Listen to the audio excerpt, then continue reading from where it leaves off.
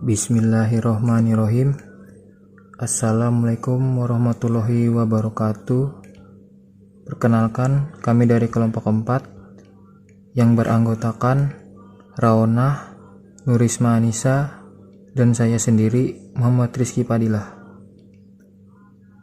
Di sini kami ingin menjelaskan tentang hukum akad nikah melalui telepon. Akad nikah yang dilangsungkan melalui telepon, di mana wali mengucapkan ijabnya di satu tempat dan calon suami mengucapkan kabulnya dari tempat lain yang jaraknya berjauhan. Meskipun tidak saling melihat, ucapan ijab dari wali dapat didengar dengan jelas oleh calon suami. Begitu pula sebaliknya, ucapan kabul calon suami dapat didengar dengan jelas oleh wali pihak perempuan. Bagaimana kedudukan ijab dan kabul dalam kasus tersebut? Dalam Ensiklopedia Hukum Islam, disebutkan ulama fikih berpendapat bahwa ijab dan kabul dipandang sah apabila telah memenuhi beberapa persyaratan. Meski begitu, mereka berbeda pendapat dalam menginterpretasikan istilah satu majelis tersebut. Apakah satu majelis itu diartikan secara fisik, sehingga dua orang yang berakad harus berada dalam satu ruangan yang tidak dibatasi oleh pembatas yang menghilangkan arti satu ruangan tersebut. Atau diartikan secara non-fisik, sehingga ijab dan kabul harus diucapkan dalam satu upacara yang tidak dibatasi oleh kegiatan-kegiatan yang menghilangkan arti satu upacara tersebut, seperti perbuatan atau perkataan yang tidak ada kaitannya dengan acara akad nikah. Antara ijab dan kabul harus bersambung. Imam Syafi'i lebih cenderung memandangnya dalam arti fisik. Wali dan calon suami harus berada dalam satu ruangan sehingga mereka dapat saling memandang.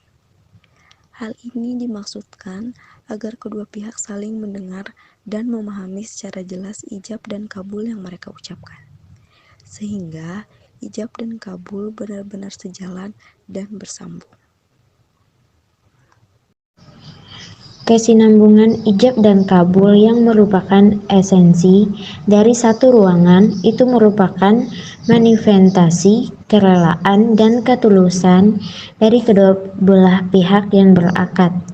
Selain itu, bersatunya ruangan akad erat kaitannya dengan tugas dua orang saksi, yakni memberitahukan pihak lain bila diperlukan bahwa kedua suami istri itu benar-benar telah melakukan akad sesuai dengan ketentuan-ketentuan yang berlaku.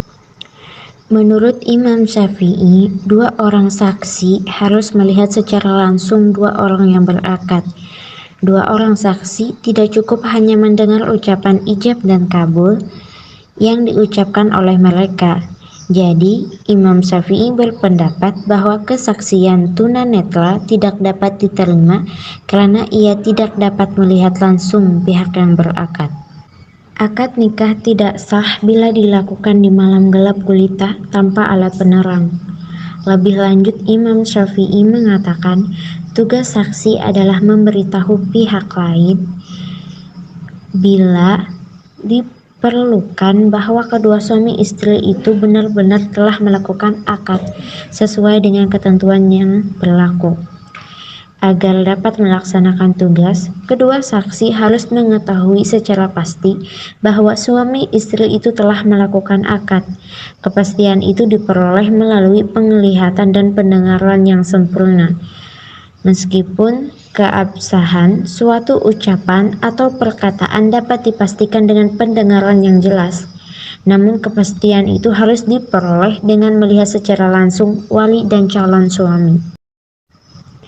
Apabila wali berteriak keras mengucapkan ijab kabul dari suatu tempat, kemudian disambut oleh kabul calon suami dengan suara keras pula dari tempat yang lain, dan masing-masing pihak saling mendengar ucapan yang lain, maka akad nikah seperti itu tidak sah, karena kedua saksi tidak dapat melihat dua orang yang melakukan ijab kabul dan dalam suatu ruangan.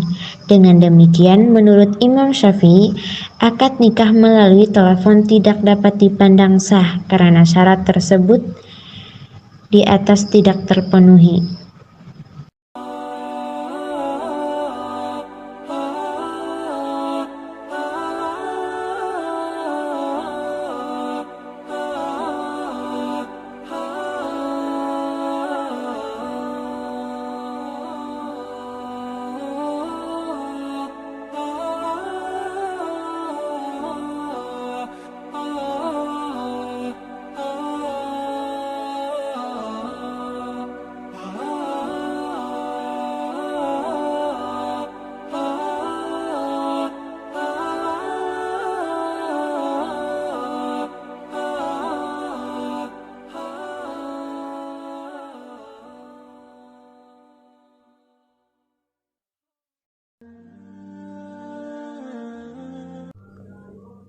Sekian penjelasan dari kelompok kami, semoga bermanfaat, dan kami ucapkan terima kasih kepada Bapak Ahmad Junaidi yang telah membimbing dan memberikan ilmu kepada kami.